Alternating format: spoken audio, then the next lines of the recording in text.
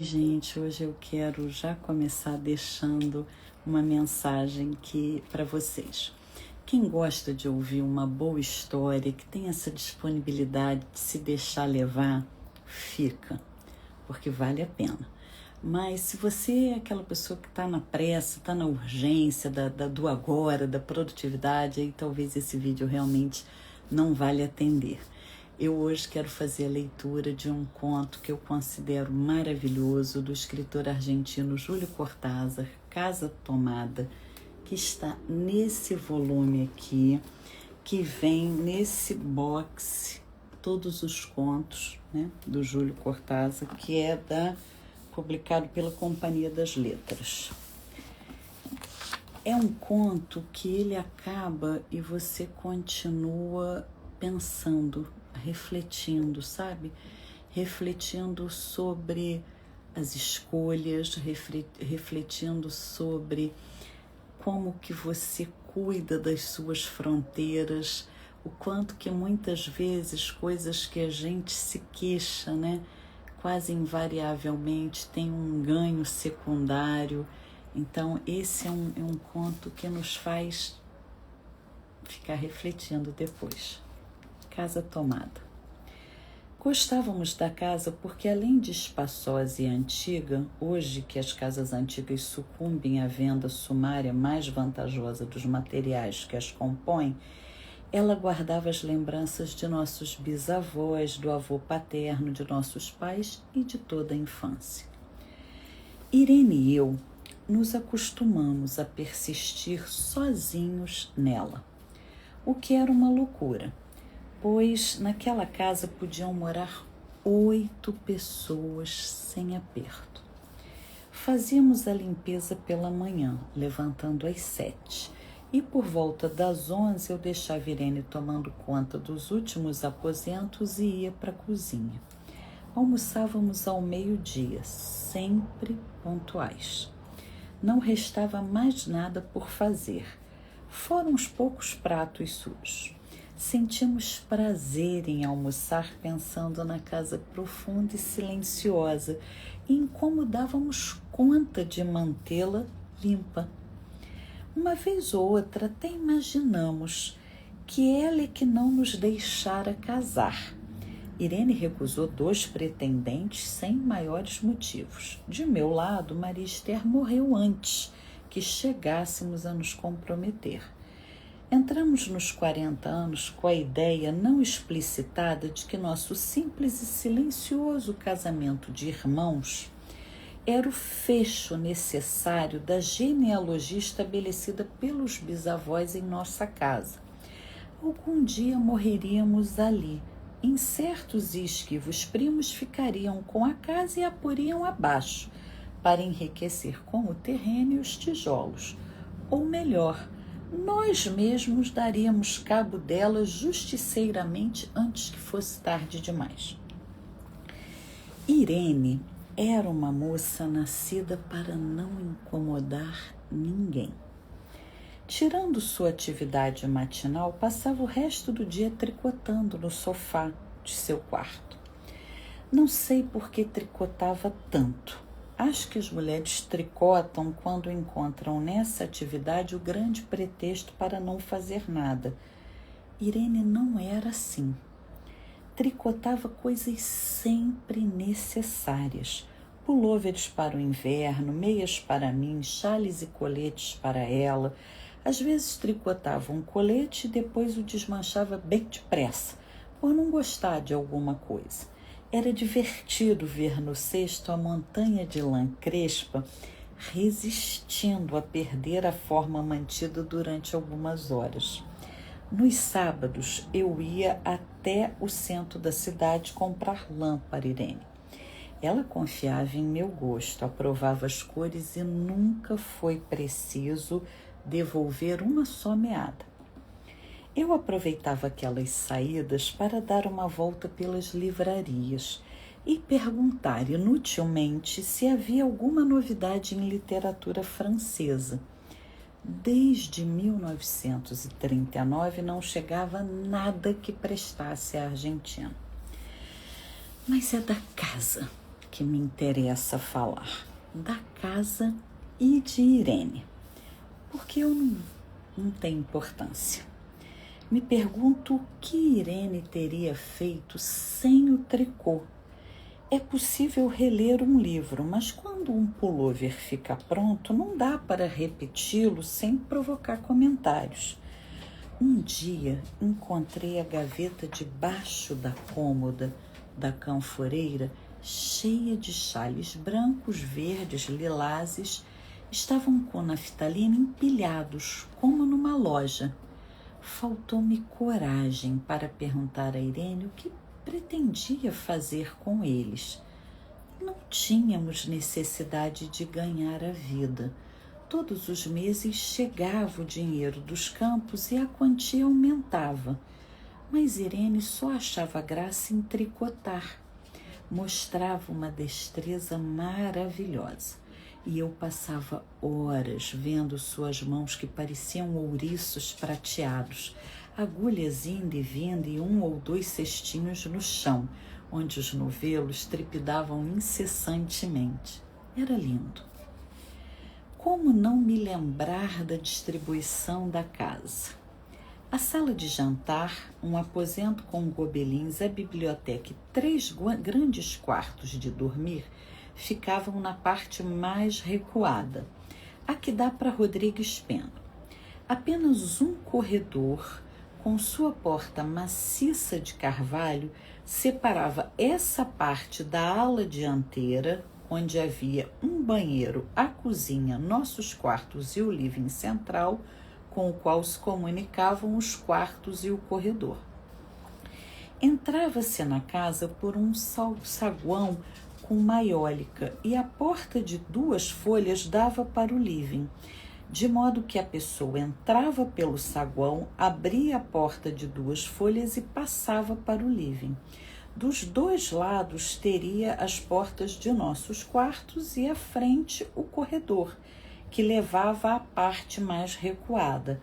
Avançando pelo corredor se transpunha a porta de carvalho e depois dessa porta começava o outro lado da casa. Também era possível dobrar para a esquerda logo antes da porta e seguir por um corredor mais estreito que ia até a cozinha e o banheiro. Quando a porta estava aberta, dava para perceber que a casa era muito grande. Quando não estava, tinha-se a impressão de que era um desses apartamentos que se constroem hoje em dia, que mal dão para a pessoa se mexer. Irene e eu ficávamos sempre nessa parte da casa. Quase nunca passávamos para o outro lado da porta de carvalho, exceto para fazer a limpeza, pois é incrível como os móveis juntam terra. Buenos Aires pode ser uma cidade limpa, mas isso se deve a seus habitantes e não a outra coisa. Há terra demais no ar. Basta uma lufada de vento para que se sinta com os dedos o pó sobre os mármores dos consoles e entre as aberturas das toalhinhas de macramê. Dá trabalho removê-lo direito com o espanador. Ele voa e paira no ar. Um momento depois se deposita outra vez nos móveis e pianos. Ficará para sempre com nitidez em minha memória, porque foi simples e sem circunstâncias inúteis.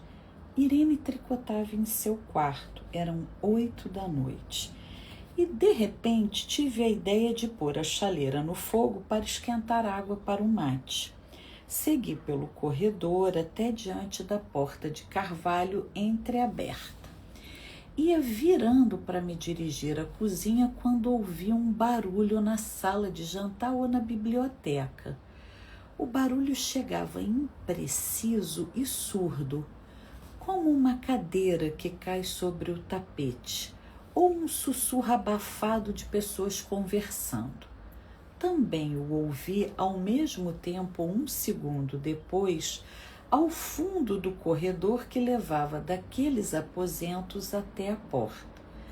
Me joguei de encontro à porta antes que fosse tarde demais. Fechei-a de golpe, apoiando o corpo. Felizmente, a chave na fechadura estava do nosso lado da porta. Para maior segurança, passei o ferrolho. Fui até a cozinha, esquentei a água e, quando voltei com a bandeja do mate, falei para Irene. Tive que fechar a porta do corredor. A parte do fundo foi tomada.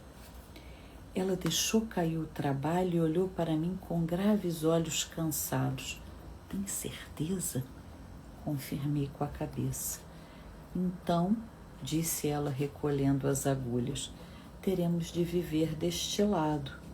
Eu cevava o mate com muito cuidado, mas ela demorou um pouco a retomar o tricô. Lembro-me de que estava fazendo um colete cinza. Eu gostava daquele colete. Nos primeiros dias achamos penoso, porque ambos havíamos deixado na parte tomada muitas coisas de que gostávamos. Meus livros de literatura francesa, por exemplo, estavam todos na biblioteca.